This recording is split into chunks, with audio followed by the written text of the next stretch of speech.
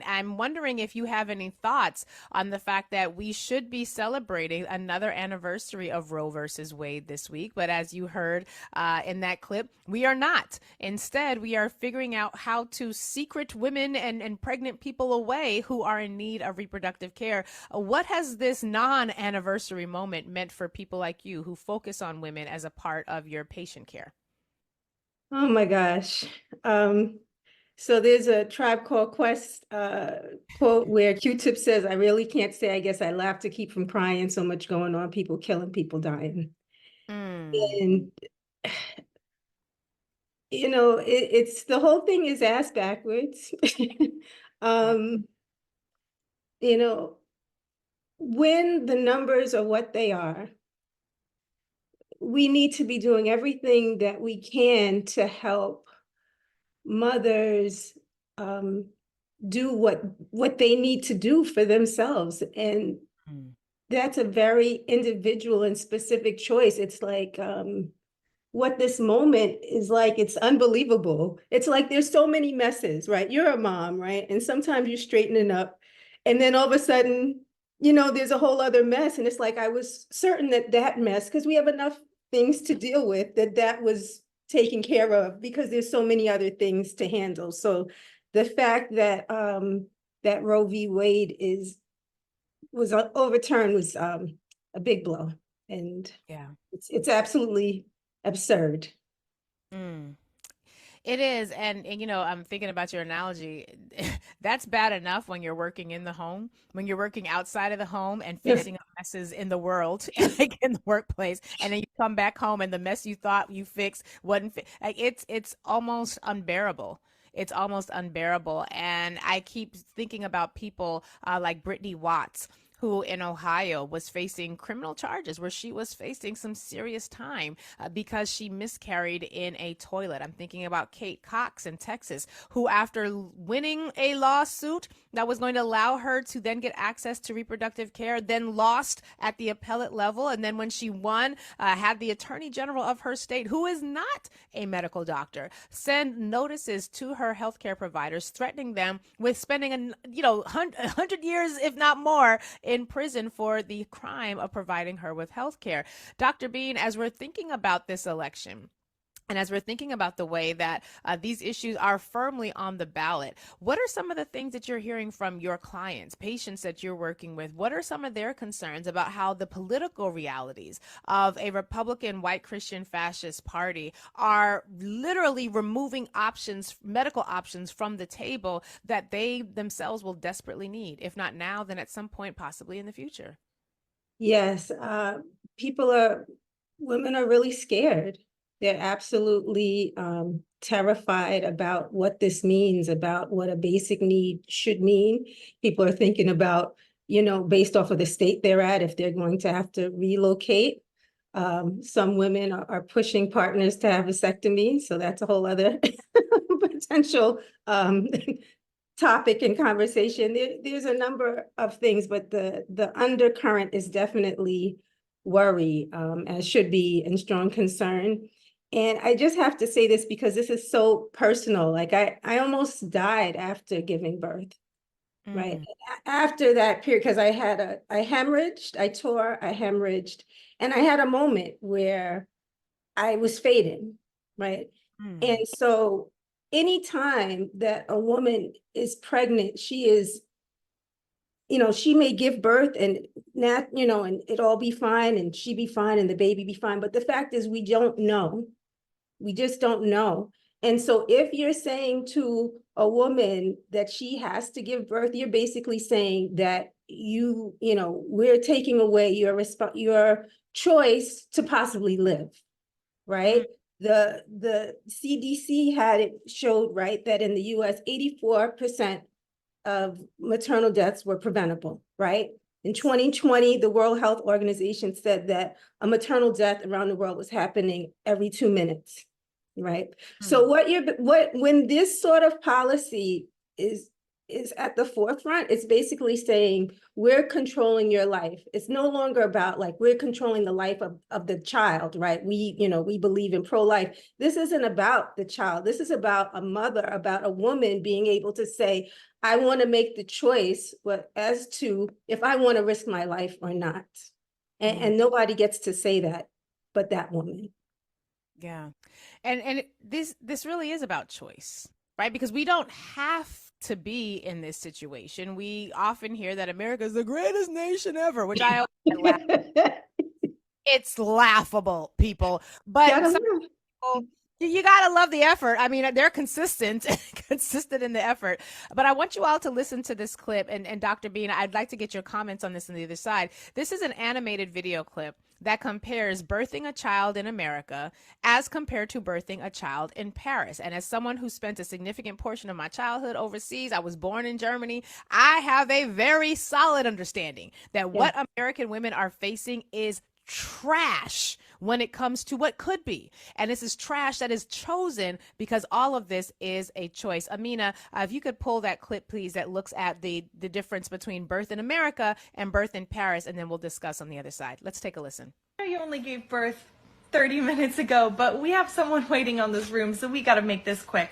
Here is your bill for $10,000. No, that can't be right. It should only be like $2,000 to $3,000. I have health insurance and I chose this hospital because it's in network. See, honey, the hospital's in network, but the doctor who delivered your baby and the anesthesiologist were out of network doctors. So they're not covered by your insurance at all. What? No one told me this could happen. I don't know how I'm gonna pay for this. Well, you better scurry on back to work then, because your employer wasn't required to provide any maternity leave, and if you miss a day, you might lose your job and not be able to pay us. Congratulations on your new baby. No, sit down, it's okay. You should stay here for 3 days. We want to make sure everything is okay before you go home for your minimum 8 weeks of maternity leave. And don't worry, everything is paid by Sécurité Sociale, so you don't owe us any money at all. And actually, here is a check for almost $2,000 to make sure that you have everything that you need for your new baby. Dr. Bean, you are specializes not just in medicine, but traditional Asian medicine. You see how the rest of the world interacts with birthing mothers. You see how the rest of the world interacts with the physical body generally. Is that video true to your understanding? Is that a fair representation of the drastic differences between birthing here in this country as compared to other nations? Not at all. Not at all. For this whole not at all. It's not true, or not at no, all? I'm saying that it is, I'm sorry, it is absolutely true that disparity between what the US offers versus other places in the world. Yeah. Sorry for that. Yes, I'm just upset. So my apologies. It's absolutely, I mean, it's crazy. I'm so glad that you played this clip, because this country that, these countries that are supposed to be first world and all of this is so behind. And there are practices all around the world that has continued to revere this sacred practice of birth. And, this isn't a fast food restaurant, right? And this is the whole thing, like in the clip, like have the baby, it's the money, which puts pressure on women, hurry back to work, which is totally not good for the baby. It's not good for the mother's health at all. That's part of how I believe I ended up dealing with postnatal depletion myself, just from the lack of support that is offered in this country. And there's so many more options. Like one of the things that I'm a big proponent of is something called pre-birth acupuncture, which has gotten a lot of shine in Europe. I believe it's in New Zealand, where they've found that you can decrease the need for medical interventions and increase labor efficiency through having acupuncture before for a certain amount of weeks once the woman is to term. So there's all kinds of things that could be offered, that's being offered around the world that isn't. So that clip to me was so accurate, because this is what it's about, right? It's like you had the baby, you've done, now you go ahead and you you contribute to capitalism, you get back in there, your value is done, right? You're done, and we don't have anything to offer you. Yeah. It's totally a driving through a fast food restaurant. It really is. And, I am very mindful just between the 6 years between our first child and our second child. We had a midwife for the first child. It was at a birthing center that was phenomenal. We had the support of community. It was a beautiful birth. It was a water birth. We had Erica Badu playing in the background. Yes. Burning child. It was amazing. It almost felt like the ancestors was humming spirituals behind me. It was an amazing experience. Our daughter, our second birth, oh my God, it was the complete opposite. It was everything that could go wrong went wrong. I had basically the birthing center came under new management. Dr. Bean. So it was no longer the loving midwives of before. It now was a business, right? Now it was a corporation. And when I tell you they treated me horribly, if I didn't have a wedding ring on my wedding band, I would often hold my hand and play with my wedding ring, signaling I'm married, because there was a clear distinction between how they treated me when they thought I was a single pregnant woman as compared to when I was a married, respectable Black woman. And I saw this happening. They kept asking me if I had Medicare because they did not believe I had private insurance. And I would repeatedly tell them, I've got insurance. I'm gainfully employed. I make a hell of a lot of money working for the man at this corporate law firm. And I would have to continually reiterate that fact. And then one day I'm like, well, what would it matter if I were? Why is it that sort of treatment distinction would exist if I were a single mother, if I were on public assistance? And so the idea in this country that pregnant people can be subjected to all manner of things, can be put into circumstances where our physical bodies are put in danger by the medical system when it comes to insurance, when it comes to the decisions that are being made. And it's a choice. It does not have to be. In Germany, you get this thing called Kindergeld, which is money for the kids. They pay your behind to stay home so you can take care of the kids, sometimes up to a year, if not longer. And this is the wealthiest nation on the planet, Dr. Bean. How is it possible that Brittany Watts exists? How is it possible that Kate Cox exists? And we are at a time where we are literally asking white men who could not tell a clitoris from a labia to make policies. I'm sorry. No, but you're right. That's why I started out with the quote, gotta laugh to keep from crying. I just have to, because yeah, I mean, I'm sorry. No, Yeah. go right ahead. I mean, let's be real, right? Slavery never really ended, right? It just transitioned into other things. Yeah. And here, right? It never did. And so the value of Black lives, the value of Black women, it never changed, right? We can go into a home, we can go in and change, make some things look different. Obama was there, and so racism must be over. All these things must be over. Let's get rid of, affirmative action. We don't need these things anymore, right? But when the foundation is rotten, that's right. then anything else that comes in eventually is going to be rotted.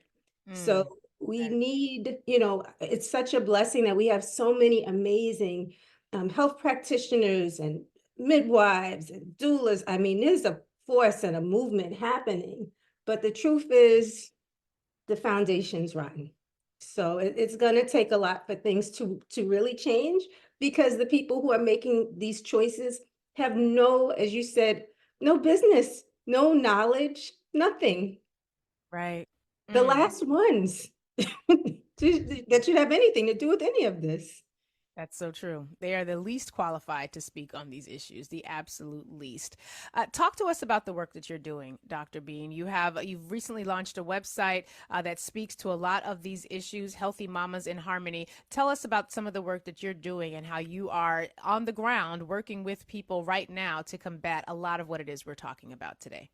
Yeah, so I have to say, I first became licensed as an acupuncturist in 2003, and then my postgraduate work is in women's health and geriatrics. And my work has really been, I realized, just seeing the gaps, the spaces that make Black and brown women in particular more likely to have a decreased quality and quantity of life. And those things have ranged from postnatal depletion, fibroids, right? Because these things, what happens is it can be made to seem like these things are just separate incidences, but when you put them all together, it's no wonder why, Black women are not as likely to get cancer, but more likely to die from it, right? It's like we have these things where it's like, how do we decrease, the things that are more likely to take us out of here, because our stuff is already stacked. So that's been my mission, is identifying these areas that we can do something about, that can help to promote the quality and quantity of life. I'm also doing more work around perimenopause, because that's a biggie, in terms of how Pause. What is that for those of us who are living in fear of it? What is this thing? This big monster that's over the distance waiting for me? this listen, this is a phase in life, for women, that is a transitional period, no pun intended, but a transitional time between when cycles were regular and as the body is preparing to no longer have a menstrual cycle. And it's a biggie. It's a biggie. It's a huge opportunity to harness our wellness and prioritize our self-care. Yeah. Yeah. It's something that we don't talk nearly enough about. I remember learning at 35, because I got pregnant at 36 with our daughter, that I was considered geriatric pregnancy. Yeah. And I was like, what the hell? What are you talking about? And again, everything that could go wrong went wrong. So I was like, maybe they're onto something here.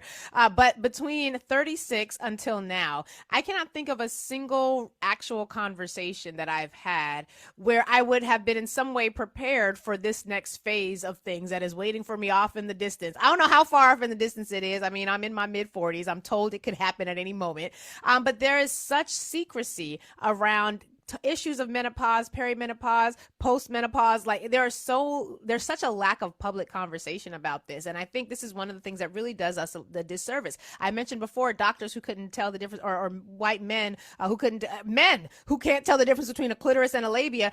There's a lot of women who don't necessarily understand the difference between a clitoris and a labia. There is so much secrecy around women's bodies, and forced secrecy, because Dr. Bean, I don't think it was always like this. I think people who, like yourself, are studying non-Western medicinal systems, and other folks we've had on this show would say that we only see this sort of inability to understand our own bodies, the inability to understand what our bodies are telling us when we, I don't want to say co-signed, when we were forced to give care for our bodies over to, for in our case, the white men who owned us, owned our ancestors. And in the case of Western medicine, white men who got to determine what about a woman's body was worth knowing and what was not. And it feels like there has to be a wholesale rejection of that approach to medicine. Otherwise, the death rates are just going to exacerbate. The maternal death rates are going to exacerbate. The inability for women to be healthy and live full lives is going to just get increasingly worse, kind of like a Handmaid's Tale.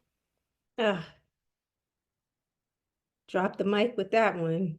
Well, I wasn't trying to. I was going to pass you No, the but I'm saying it's real. I mean, this is the whole thing, right? Is most of what has been presented in terms of an image, right, is a woman who's able to have babies, or look like she's able to have babies, right? After that, in terms of like what, we would view on TVs, movies, just in terms of like what would be on magazines. Thank goodness, some people are having some sense to have people of all ages, understand that we have value. Women have value throughout their whole age. It's not just this particular image, right? And so once someone has aged past that image or doesn't look like that, the value, right? Just like what we were talking about with the clip, the woman's had the baby, so that's it, right? That's the value, and there's nothing else. So it's no mystery that this amazing, very important phase has totally gone missed, because that same white patriarchal perspective is what's been driving the information that's been so easily distributed here. Yeah. Dr. Bean, we have a lot of work to do. I've been saying that a lot lately. And it's not in a, oh, we got a lot of work to do. Like, oh, Lord, we have a lot of work to do. Envisioning a new society is already challenging enough without people proactively working to ensure the one you already got is the only one that will exist. How can people follow you, Dr. Bean, connect with your work and seek out your services as they find need to? Sure, yes. So you can go to drdanettbean.com. You can always reach me there, drdanettbean.com, and hit contact if you want to reach out to me about anything. And then also on healthymomisinharmony.com, if you go to resources, there's a list of things there in terms of fibroid prevention guide, a way to help with Black maternal health, and link to my book and different things. So yeah. That's fantastic. Dr. Bean, thank you once again for being with us today, helping us to Thank you. Thank you. Listen, we're doing it. It's a lot to be done, but it's happening. It's happening.